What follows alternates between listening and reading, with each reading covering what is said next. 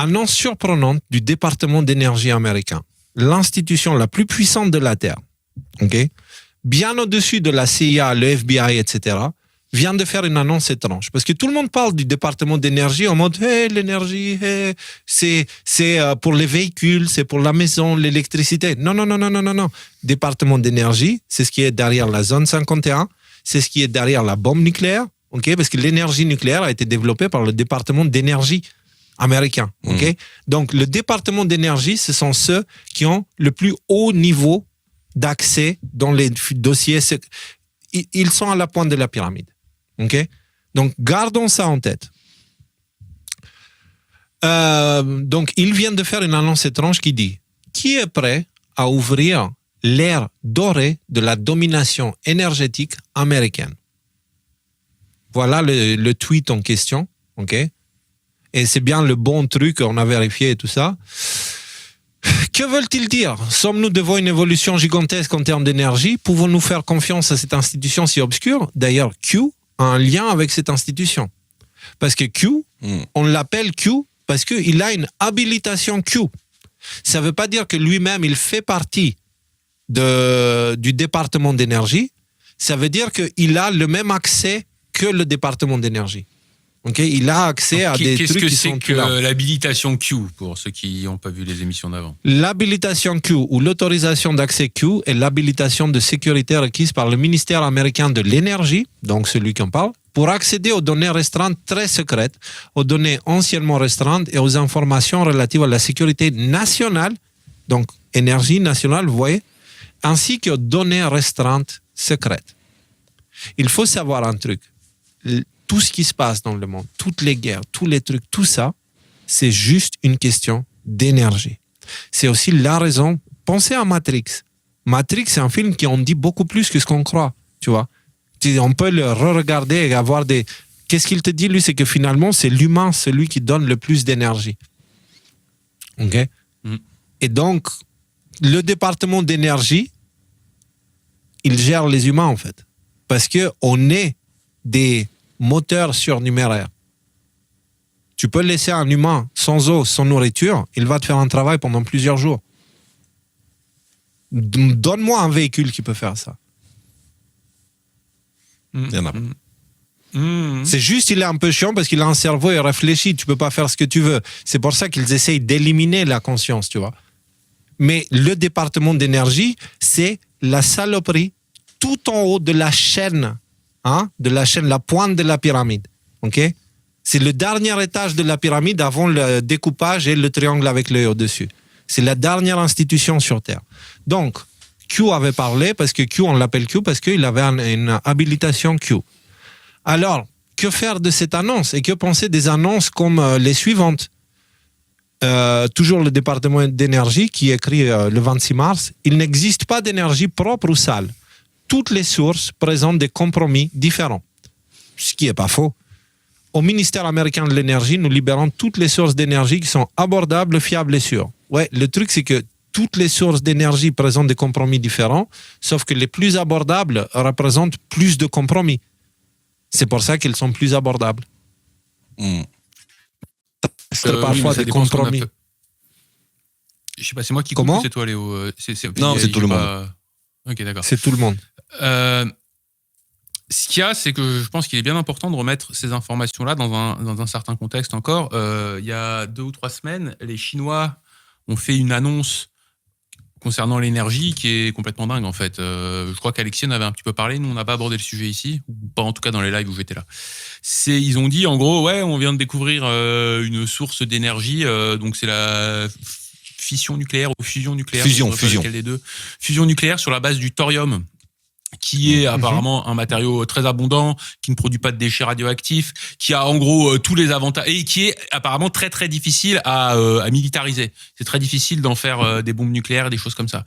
Et ils ont dit, bah voilà, avec cette technologie que nous allons développer, là, qu'on est en train de développer, les Chinois, on a de l'énergie pour 60 000 ans, ou des choses comme ça, genre en mode chinois, quoi, parce qu'en ce moment, les Chinois, ils sont pas vraiment du tout comme les Européens, en mode restriction d'énergie, couper la lumière et mettez le chauffage à 18 degrés, quoi. Hein. Donc, il y a peut-être pardon, il y a peut-être tu vois, les Américains qui se sentent dans l'obligation aussi d'avancer de ce côté-là. Alors, le thorium, déjà, c'est un truc très connu. C'est très ancien. Il a été, à mes yeux, jusqu'à présent, bloqué parce que c'est une source d'énergie qui est relativement propre. Elle ne représente pas beaucoup de compromis. Enfin, je veux dire, c'est une source d'énergie qui est juste avant l'énergie gratuite. Voilà. Donc, si ça sort, les gars, le monde va changer, mais dans un autre sens que celui de la destruction, tu vois. Donc, on verra ce qui se passe. On verra, enfin, en tout cas, temporairement. On verra ce qui se passe, mais s'ils ont annoncé ça, c'est que là, pour le coup, Trump, OK, et le département d'énergie américain, ils sont en train de faire un truc de ouf. S'ils débloquent le thorium comme énergie, on va avoir une énergie beaucoup plus propre, beaucoup moins chère, beaucoup moins dangereuse. Ouais, et si on a ça, ça veut dire qu'on a moins de raisons de faire des guerres. Parce que toutes les guerres se font pour l'énergie, point.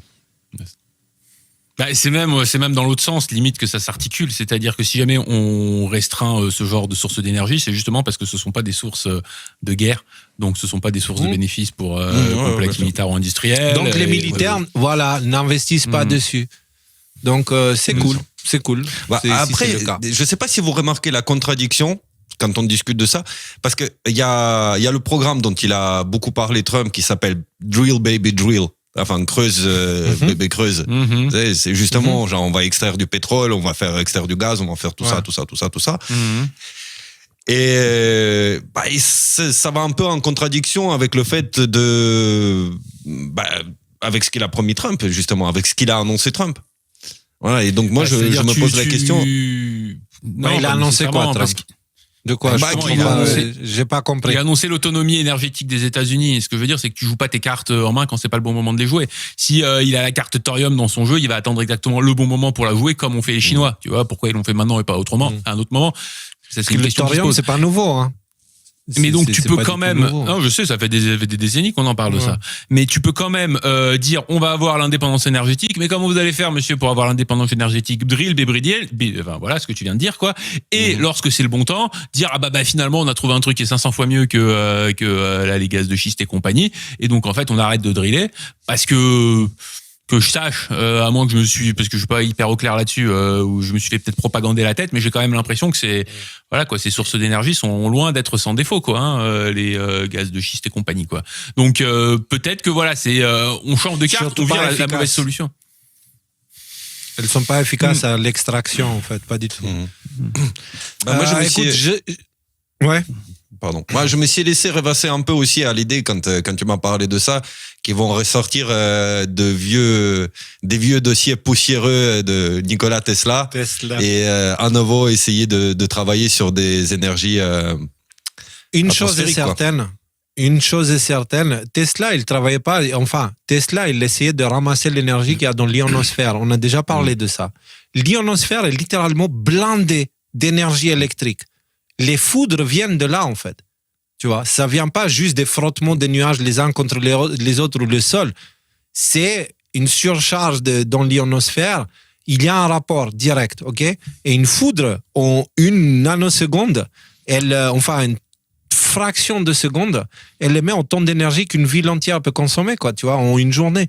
Donc, c'est vraiment fou, l'énergie qu'il y a là-haut. Et Tesla, c'est ça qu'il essayait de ramasser, tu vois, de attirer tous ces ions chargés par le soleil pour pouvoir les exploiter ici, tu vois. Et c'est une énergie sans fil et elle est dans l'air, tu vois. C'est des ions chargés. Et en ce moment, avec l'activité, parce qu'on est en plein milieu d'une tempête solaire de niveau 2, ok, et l'ionosphère, là, elle est saturée. Donc, si Tesla était aujourd'hui présent, là, il aurait une ionosphère, je veux dire, sa tour, elle pouvait faire, avant, elle faisait 30 mètres de haut, là, elle peut faire 3 mètres de haut et il va avoir le même résultat. L'ionosphère est extrêmement chargée en énergie, à un tel point que c'est en train de provoquer des grandes transformations en termes d'interaction électromagnétique, géomagnétique, enfin, plein de... Et ça perturbe la météo, ça perturbe plein de choses. On va voir plus de tempêtes probablement ou des trucs comme ça. Ça provoque des tremblements de terre. On en a eu un aujourd'hui de 7,7 à Myanmar. Je ne sais pas si vous avez suivi. Énorme, 7,7. Donc, voilà. Mais surtout, ça provoque un changement chez l'humain. Donc, on nous met tout ça, c'est des sujets qu'on a déjà abordés, on va aborder plus tard. Mais Pour juste revenir pour au terminer truc. là-dessus, je pense que, enfin, pour continuer sur l'énergie, en tout cas, je pense qu'on peut très bien envisager genre un avenir où il y a des solutions multiples. Il n'y aura pas une solution énergétique qui va être la solution miracle. Parce que super, après, celui qui la contrôle, voilà, quoi. C'est comme l'énergie au début du siècle avec le pétrole. Celui qui la contrôle, il a un monopole et puis il peut faire ce qu'il veut. Entre parenthèses, moi je me suis bien fait enfler sur cette histoire de pic pétrolier. Oh là là, dans les années 2000, on va bientôt plus avoir de pétrole et puis finalement du pétrole on a toujours. Ce que je veux dire, c'est que la personne qui maîtrise, mettons, le thorium, demain peut nous faire une bonne décennie de propagande pour nous expliquer qu'en fait, le thorium il y en a de moins en moins et qu'on va plus en avoir et que du coup il faut se serrer la ceinture et tout ça. Non, je pense pas parce que c'est déjà connu. On t'a fait t'asseoir pour boire ton café parce que si tu te levais, tu chopais un virus. Donc, excuse-moi, mais en termes de non, pas toi, mais la capacité de bullshitage des médias pour nous faire prendre des vessies pour des lanternes, elle est quand même, je veux dire, elle a fait ses preuves. Et ce que je veux dire, c'est qu'on peut très bien imaginer le thorium peut-être pour faire tourner des industries et en même temps des solutions. Moi, ce que je verrais bien, c'est un générateur électrique dans chaque maison. Il y avait le moteur M3 en France là. Bon, le mec, il est mort parce que manifestement, il comprenait bien la physique, mais il comprenait pas bien la politique. Mais voilà, t'as une petite boîte à chaussures dans ta cave, ça te produit de l'énergie pour toute ta maison pendant 200 ans. Plus besoin d'avoir un fil, plus besoin de te raccorder à quoi que ce soit, c'est propre, il y a pas de déchets et tout ça.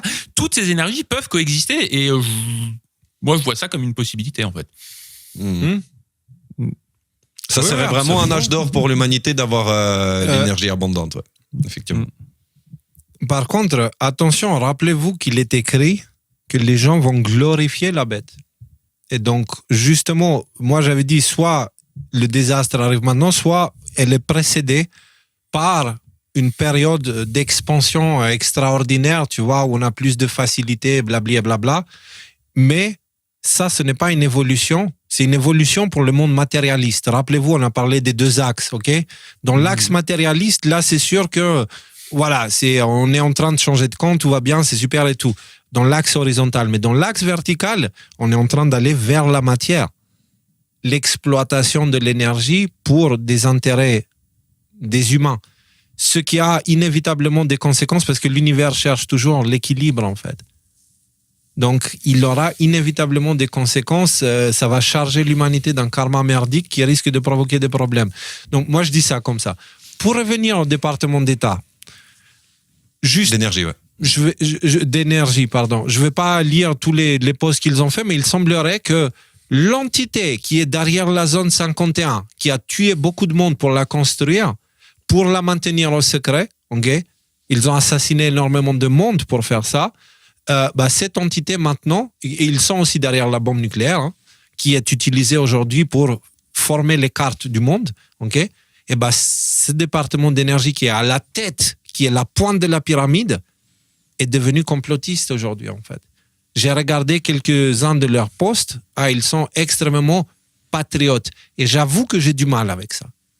J'ai du mal à comprendre comment une telle chose est possible, parce que là, il n'y a rien d'en dessous qui peut aller faire chier la pointe là-haut. C'est pas possible. Et donc, eux qui étaient jusqu'à présent la source de tous les mondes de la Terre, qu'ils deviennent patriotes, moi, je sais pas. Je garde ça dans un coin de ma tête et si jamais vous voulez comprendre de quoi je parle, juste regardez l'épisode Y-Files qu'on avait fait sur la zone 51. C'est vraiment, tout est dedans, on parle de beaucoup de choses. Et donc, là, ça commence à être un petit peu confus la situation, tu vois. Pour moi, ça pue. Voilà.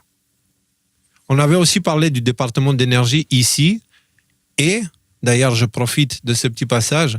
Tous ceux qui me disent « Ouais, Léo, comment ça, tu dis pour Trump qu'il est comme ci, il est comme ça ?» Excusez-moi, vous voyez quoi dans la vignette, là? C'est une vignette d'une émission du 2023. Vous voyez quoi dans la vignette? Trump habillé en César. Quecus Maximus. Ouais, en Quecus Maximus, mais avec la couronne du César et voilà. Donc, Trump et César et sa descendance aussi, ok? Donc, Trump égale César. Le nom Trump égale César. D'accord? Donc, César il était super pour les matérialistes de l'époque, ok? Et il gardait l'ordre, il empêchait le chaos, mais la façon qu'il le faisait, elle était extrêmement violente et brutale, ok? Donc, moi, c'est ce que je dis depuis le début. Donc, tous ceux qui sont surpris de mon point de vue sur Trump, etc., excusez-moi, vous n'avez pas suivi. Voilà, c'est aussi simple. Vous avez fait votre opinion sur moi et ADNM basée sur ce que vous lisez dans les médias mainstream ou dans les médias alternatifs qui attaquent tous les pro-Trump et tout ça et qui servent eux aussi à polariser, tu vois. Donc, voilà. Moi, je ne suis ni avec l'un ni avec l'autre. Je vous ai dit, je suis serviteur de Dieu. Et personne d'autre. Trump, je n'ai rien à foutre. S'il fait des bonnes choses, je le dis. S'il fait des mauvaises choses, je suis le premier à le pointer du doigt. Mais s'il fait des bonnes choses aussi. La seule inconnue qu'on a dans toute cette histoire, que ce soit au sujet de Trump ou au sujet de Musk, c'est de savoir qu'est-ce qu'ils ont au fond du cœur, en fait. Quelles sont leurs véritables motivations. Parce que il existe un scénario dans lequel tu as tout à fait raison. Et en fait, c'est juste des mecs qui sont là parce qu'ils ont trouvé l'opportunité de s'asseoir au-dessus de la terre. Moi, personnellement, j'ai tendance à vouloir croire, avec mes biais de confirmation et tout ça, je veux dire, avec toute mon imperfection, qu'en fait, ils font ça avec avec de la bonne volonté derrière, avec une volonté d'améliorer profondément l'humanité, parce que au final, je pense qu'ils peuvent en tirer une gloire éternelle en allant de ça. Et donc, je veux dire, quand tu es Elon Musk et que tu as 240 milliards, qu'est-ce que tu as besoin d'aller te corrompre ton âme pour en prendre attention, plus, c'est quoi du coup? Ils sont à la quête de la gloire. Ah bah ouais. La gloire personnelle. C'est possible. Pas... Donc, ce n'est pas rendre la gloire à Dieu et au Christ, c'est rendre la gloire mais moi, à j'en Dieu. sais rien, moi. Je sais pas ce qu'ils ont. C'était une possibilité. Dans ton argumentation, tu le dis toi-même. Ben, moi, je dis la même chose. Non. César, il était César pour la gloire et le pouvoir. Ça rime en plus. Ça, je veux dire, Trump qui veut se mettre sa gueule sur le mont Rushmore, oui, effectivement, c'est pas un signe de grande humilité et de grande modestie. On est d'accord là-dessus. Ouais. C'est lui qui le veut. Bon, moi j'ai envie de dire une chose. Je pense que c'est un peu important. Ce qu'il faut comprendre, c'est que pour être Jules César, parce que César c'est un titre, mais on parle d'un César en particulier. Les Césars, ils arrivent pour sauver l'empire de la décadence. Généralement, il y a des empereurs, des dirigeants avant eux qui sont là, qui mènent l'empire quasiment vers la dissolution. Et ils arrivent et d'une main ferme, ils remettent tout ensemble et disent nous maintenant nous formons un point de force. Nous sommes mais il n'empêche jamais la disparition de l'empire par la suite. Ça, il faut comprendre. D'une main ferme, t'as dit. D'une main ferme, absolument, absolument. Et après, là où je suis pas trop d'accord avec toi, Rudy, ils n'ont plus, en fait, le réel César n'a plus de volonté propre. Ce n'est pas une volonté humaine qui est là. Pas du tout. Il devient une fusion entre l'homme et la machine. C'est-à-dire qu'il devient l'État lui-même. Donc lui, il voit le monde désormais comme si l'État prenait corps, comme si cette chose, tu vois, imaginaire prenait corps dans un être humain. L'égrégore de l'État. Ouais. Voilà. Il voit à travers ça. Et c'est pour ça qu'il y a des grands leaders qui font toujours extrêmement polémique et ils ont une partie extrêmement sombre. Et d'un autre côté, tu vois, par exemple, de Staline, on a parlé beaucoup de Staline. Il a fait des choses énormes d'un côté et ignobles de l'autre côté. Oh, c'est marrant parce que quand j'ai fait ça, on aurait dit la statue de Baphomet. Prends Hitler aussi. Hein. Prends Hitler aussi. Beaucoup de monde était choqué la semaine dernière parce que j'ai dit les prochains nazis viendront du camp de Hitler. Quand tu regardes la réaction des extrémistes pro-Trump, excusez-moi, ça ne fait que me donner raison à ce que je dis. Hitler, il n'est pas venu au pouvoir en disant « Je suis un méchant nazi, je vais tuer les juifs et les homosexuels et les gitans et je vais tuer tout le monde. » Et les gens, ils ont dit « Waouh, super, un grand méchant, on va le voter, on va le mettre au pouvoir. » Ceux qui pensent comme ça, ils sont juste débiles, excusez-moi. Ils ont besoin vraiment de s'éduquer sur comment fonctionne le monde. Voilà, c'est très important. Hitler est venu au pouvoir pour apporter des solutions à un empire qui était en train de s'effondrer, comme dit Nikolai. Tu vois. Donc, c'était le César de l'Allemagne de l'époque. OK? Donc, voilà, il faut vraiment... Et c'est pas parce que je dis toutes ces choses que je fais de Trump la caricature qu'ils font des gens comme Joe Masso ou des autres... qui regardent des vidéos sur Internet et ils pensent qu'ils ont tout compris, tu vois. Sans aucune... Je me rappelle, ça me reste dans la tête. Comment il y a personne qui a levé ça? Le mec, tu l'as chopé, c'est toi qui l'as chopé avec un argument tout pourri, tout corrompu qui tenait pas debout. Et à force de le pousser, à la fin, il dit bon, écoute, à la fin, c'est pas de ma faute. Hein. Moi, j'ai regardé cette vidéo-là. Si tu as des questions, pose-les à la créatrice de cette vidéo. En gros, le gars, il te disait qu'il n'a pas de cerveau propre. La seule chose qu'il fait, c'est qu'il le répète. Moi, je ne suis pas cette caricature-là. Et je ne fais pas ces caricatures-là de Trump non plus. D'accord ? Donc, je ne suis ni comme l'autre là, ni comme les pro-trumpistes à fond. Je suis à la quête de la vérité en tant que serviteur de Dieu. Point. C'est le seul tiroir dans lequel j'accepte d'entrer. Tous les autres tiroirs, je m'en bats les... Si je peux me permettre une dernière phrase pour peut-être conclure le sujet. Moi, ce que je vois, c'est que effectivement, tu sais, des deux alternatives que tu proposais, Léo, c'est-à-dire, en gros, c'est la guerre finale ou alors un âge d'or temporaire pour avant d'aller vers cette espèce de chaos final, cette fin du film.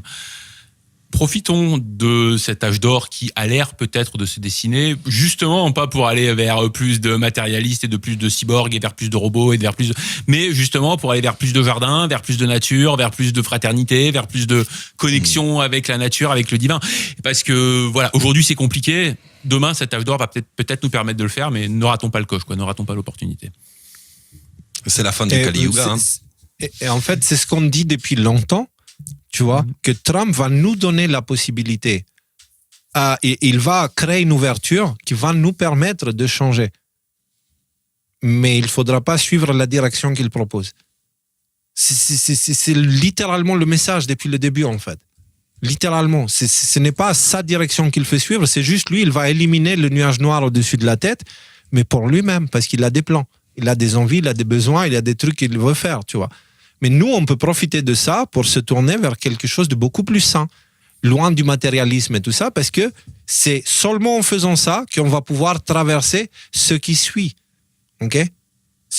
Parce que ce qui suit va complètement éliminer le monde qui sera construit, tu sais, le monde matérialiste, etc. Ce sera littéralement une intervention divine à travers les éléments qui vont éliminer tous ceux qui sont marqués par la bête. Concrètement, marqués par la bête, ça veut dire les matérialistes, en gros, version courte, simple.